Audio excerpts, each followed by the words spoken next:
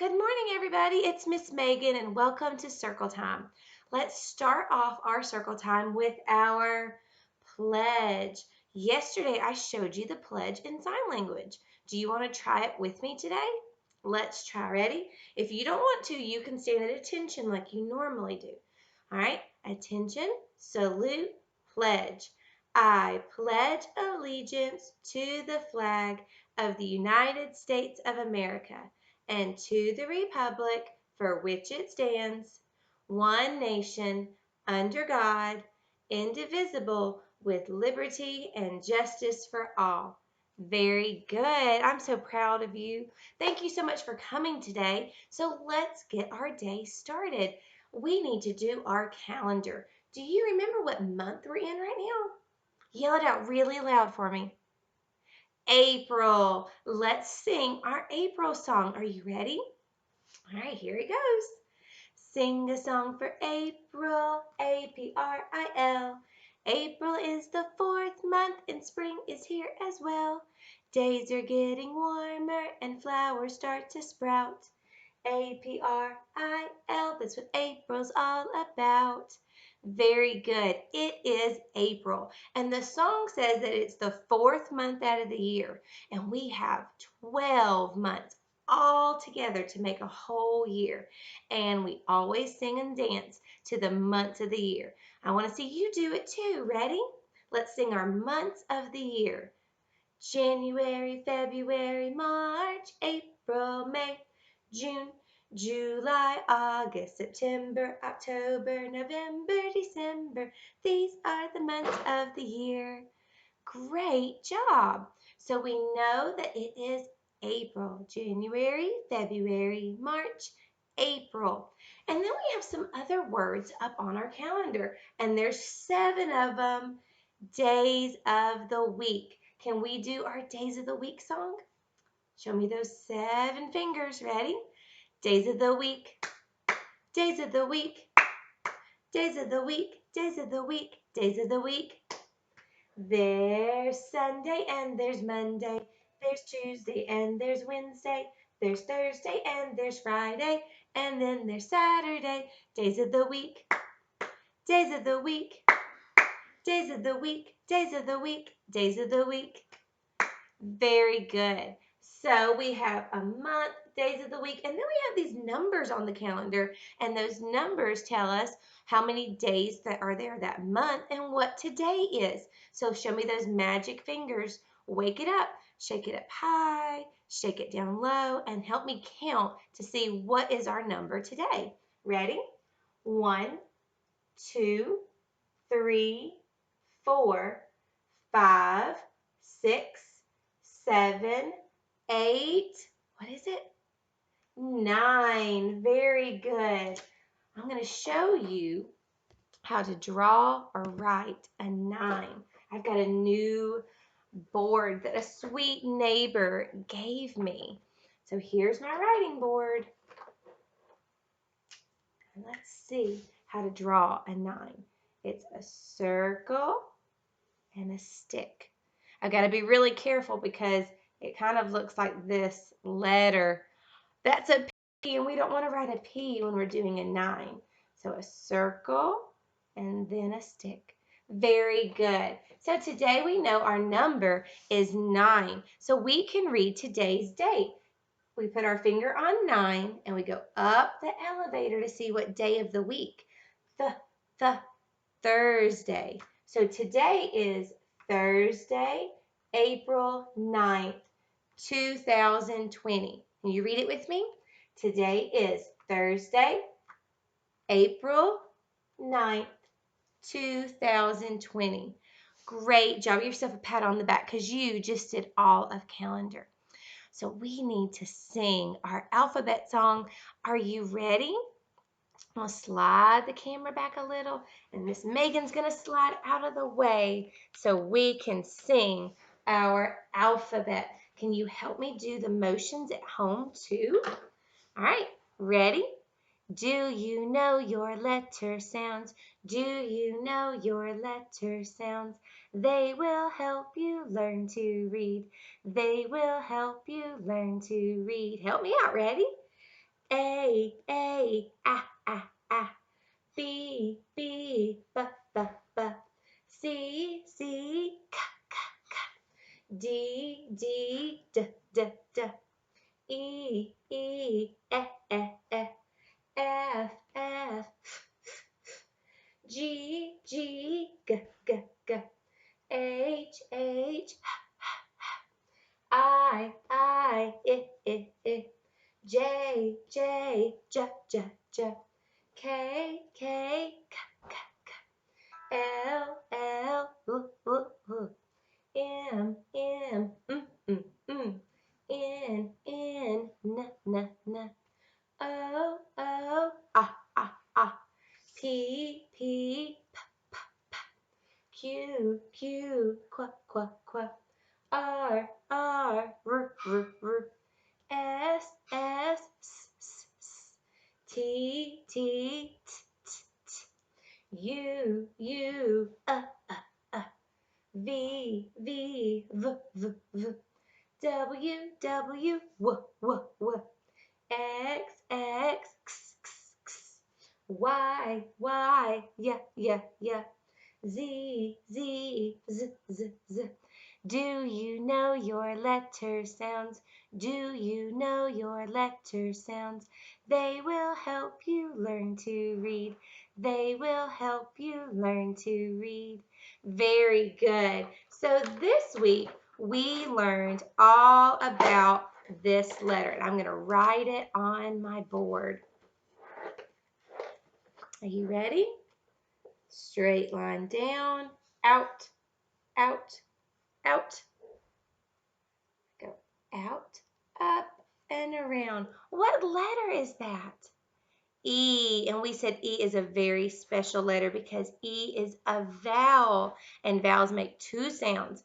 Vowels are like glue that glues all the other letters together to make words. And so E can say the long sound where it says its name. E. Can you say that with me? E. And then it can also make a short sound. Eh. You say it. Eh. Very good. So we talked about some different E words. We had a word like elephant, and egg. We had words that went E, like ear or Easter. And we talked all about these letter E words. All right. So we also talked, though, about putting some letters together for our word families. And that's what I want us to do a little bit more of today. Let me tilt the camera down just a little. There we go. All right, so this week we talked about, I might have to switch markers. Got these little drawers in here that hold all my markers, so I hopefully don't misplace them. All right, let's see. Does this one work better? Oh, yeah, that's a good marker. This is our word family this week. And I can break it apart and say each letter sound, I and P, and I can stick them together. Ip. All right, so all the words we're going to talk about this week belong to the Ip family. So I can switch colors. And we're just going to do all these different Ip words. So I can change the letter in front. And I could do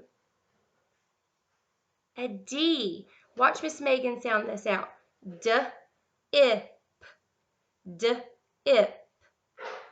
Dip. I can sound out each letter sound, or I can chunk it. D-ip. Dip. I got a bad glare on this today. Let's see. Is that better? There we go. So I can make words like this. Dip. Like we had a little reader that talked about, I got dip on my lip, and I had to take a sip to wash it away. Like I know I like having cheese dip at the Mexican restaurant, and it does get messy sometimes. So we have dip. I could do this word. What letter did I add this time? An H. And H goes ha. Ip. Hip. Can you touch your hip bone? Your hip bone. All right, what about this word? I added an L. And L says L, l, ip, l, ip, lip. Can you point to your lips? Go, mwah. There you go, lips. All right, I could do, what's another one I could do? I could do this one. What letter did I add this time? S goes sip, sip, sip. And I'll do one more.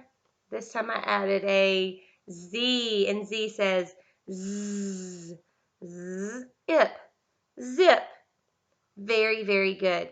So when you're sounding out words, you can chunk them individually. Like I could write a word like this, and I can say each sound. K, a, t, cat. K, a, t, cat. All right. I can also, if I wanted to, I could chunk these two together. Ka, at. As I know AT says at.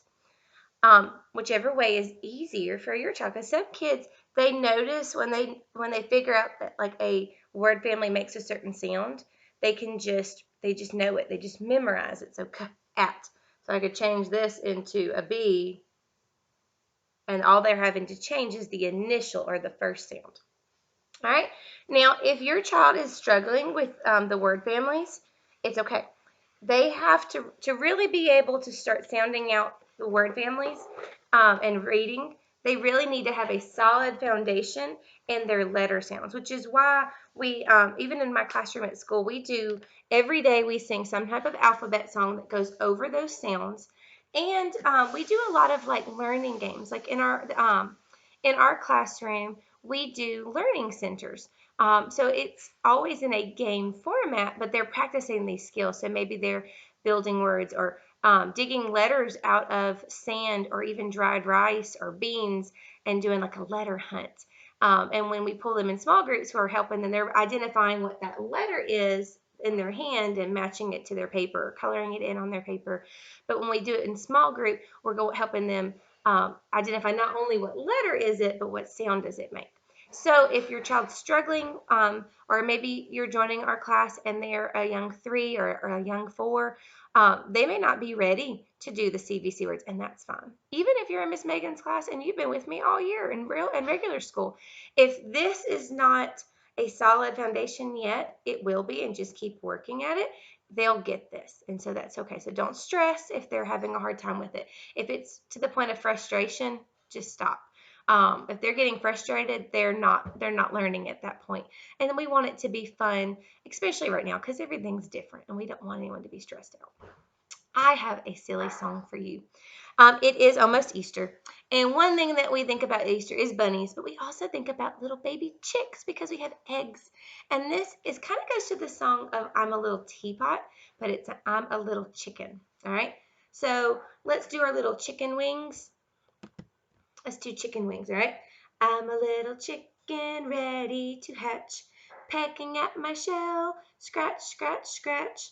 When I crack it open, out I'll leap. You jump, fluff up my feathers, cheep, cheep, cheep. Can you do it with me? All right, ready? I'm a little chicken ready to hatch, pecking at my shell, scratch, scratch, scratch. When I crack it open, out I'll leap, fluff up my feathers and cheep, cheep, cheep. It's a silly little song about chickens. And chickens, do they come from eggs? And they're inside there, and when they're ready to hatch, they use their beak and they peck, peck, peck, and scratch, scratch, scratch to open the egg. And the mommy can't even help them. They have to do it all by themselves. And then they fluff up their feathers, and then they're out all there making little pee-pee sounds and having fun and getting food. We have a special thing today. It is almost Easter. And so I used to have a fancy resurrection egg set. It was all nice and plastic.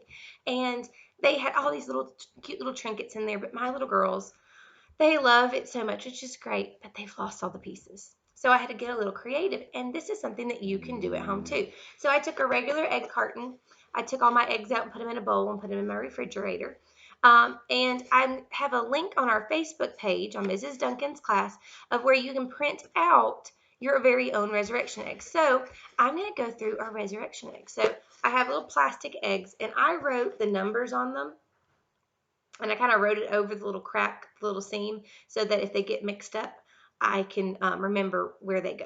So we're going to do these resurrection eggs. This is a fun activity to help your children understand the story of Easter, the real meaning behind it. So number one is a palm branch.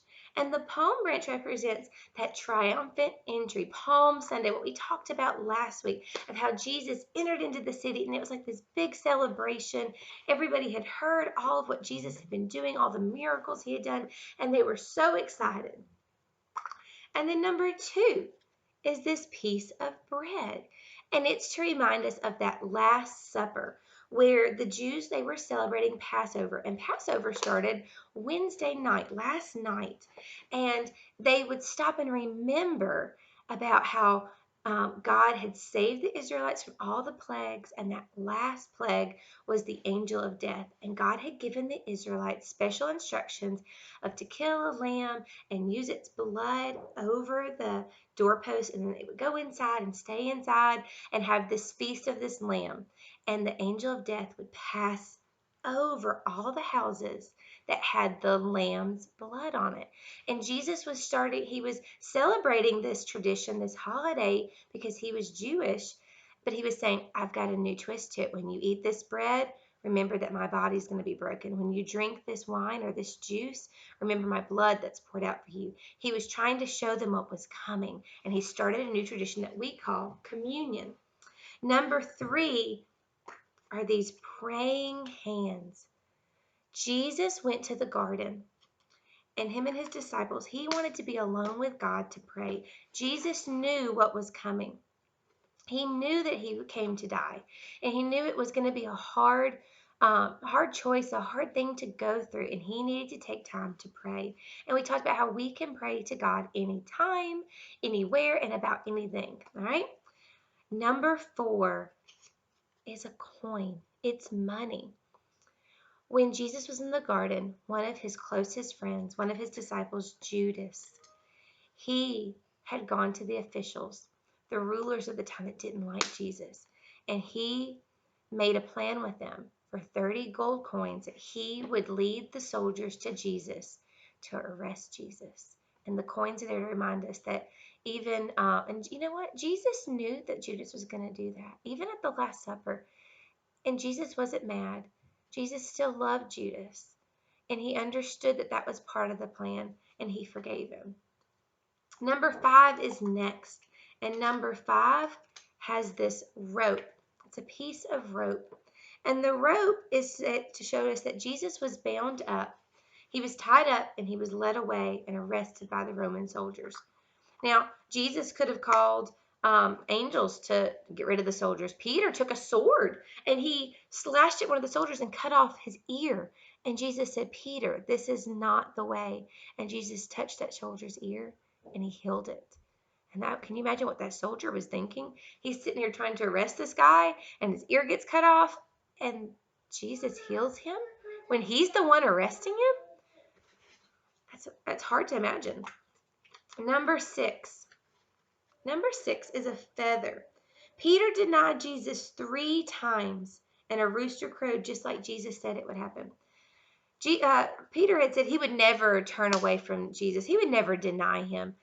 But Jesus said, Peter, you will, and it'll happen 3 times before even the rooster crows in the morning. And it happened. Jesus was arrested, and the disciples were scared. They had no idea they really didn't understand what was happening or was going to happen. Were they going to get arrested? Were they in danger? So they all ran away. And the Bible tells us how Peter was around this fire, and people were talking about how Jesus was arrested. And this little girl points at him and goes, hey, you're one of Jesus's followers. No, I'm not. And Peter runs away. And this happened 3 times. And when the rooster crowed, Peter just wept. he realized what Jesus had said had come true, and he asked God for forgiveness because we all fail sometimes. Number 7. Number 7 is the crown of thorns. They placed this crown of thorns on Jesus' head, and they did it because Jesus had said that he was God's son and he was the King of Kings. And then the Messiah was prophesied to be the leader of the Jews, to save them. Well, the Romans were making fun of Jesus and said, "Oh, so you're a king? Really? We'll put this crown on your head." But can you imagine a crown of thorns was forced on his head, and thorns hurt. And they were doing it to torture him and to be mean to him, to mock him. Number 8. Number 8 is this purple robe.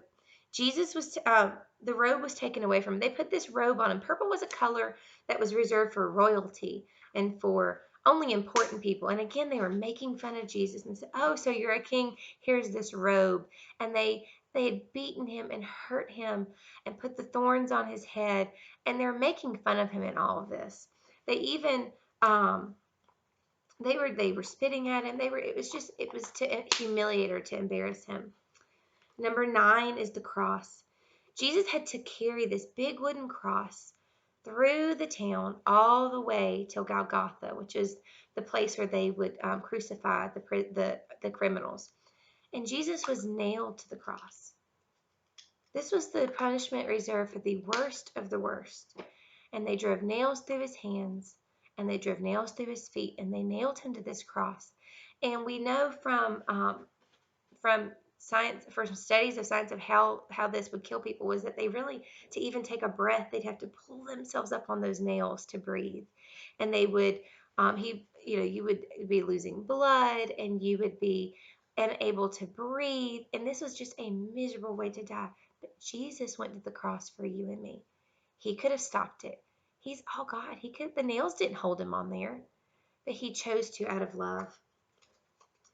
Number 9, not number 9. Number 10, Jesus was placed in a tomb, and they rolled a stone in front because they knew that Jesus had been saying he would rise again, and they were like, "Oh, we doubt it, but we don't want anybody to steal his body and say he rose again. We want to end this guy, so we're going to put a stone in front and put soldiers out front." But you know what? That didn't stop God and his power. 3 days later, there was an earthquake, the stone rolled away, and an angel came out, and the soldiers just ran. They were terrified, and Jesus rose again. That grave didn't hold him down. Death didn't hold him down. He rose again. He died for us, and he rose again. Number 11. Number 11 is after Jesus. Remember we talked about yesterday how Mary came to the garden and she was crying because she thought they had taken Jesus's body, and she ran into Jesus. Jesus was alive, and Jesus appeared to his disciples. He appeared to many people, and he even the Bible tells us that he even ate fish with his disciples. He spent some time with them after he rose from the dead. Can you imagine how amazing that would be? And then the last egg I can't get it too close, is number 12. And it's showing this cloud and some yellow coming out of it. Jesus stayed with his disciples for a short period of time. And then he took them to a mountaintop. And he said he was going to prepare a place for us. And he ascended to heaven. He rose into heaven. I can't imagine how amazing. I mean, they have seen their friend Jesus die on the cross, and their hearts were just broken. And then they're amazed, and the joy that filled them when they saw that Jesus was alive. And now they're watching with their eyes that Jesus was ascending into heaven. And that's our hope as Christians. Jesus died for our sins. He rose again to give us eternal life, and he's coming back one day. So it doesn't matter what we face in this world. We will face troubles. To be a Christian doesn't mean we walk easy street and that life goes great all the time. We will have troubles, but we have faith and we have hope that Jesus is with us all the time. And no matter what happens here, physically on earth to our bodies, because even death doesn't stop us. when Jesus lives in our heart, we will go to heaven one day. And one day, Jesus is going to come back for us. The skies are going to open up, and he is going to take his children, his followers, home with him. So as Christians, we have an amazing hope in our future. Doesn't matter what's happening right now. Doesn't We don't have to worry because Jesus is with us and he loves us and he will provide for us. So maybe you go home with your family and you make your own resurrection eggs. And there's some different ones out there. Some that maybe have like the Stations of the Cross, but it's just a simple way to give kids a little picture of what Jesus did through Easter, and that Easter is a time for us to celebrate. I love you guys. Thank you so much for joining us during circle time this week. Stay tuned. I always come on and do a Sunday school lesson. There on our Facebook page, we have different activities that post, letter practice, games, crafts, science experiments, all sorts of things. So if you haven't already, like this video, subscribe so you can see other videos that come on. Join us on our Facebook page. I also have a blog. I'd love for y'all to join in and just continue our learning and having fun together. Thanks, guys. Have a great day.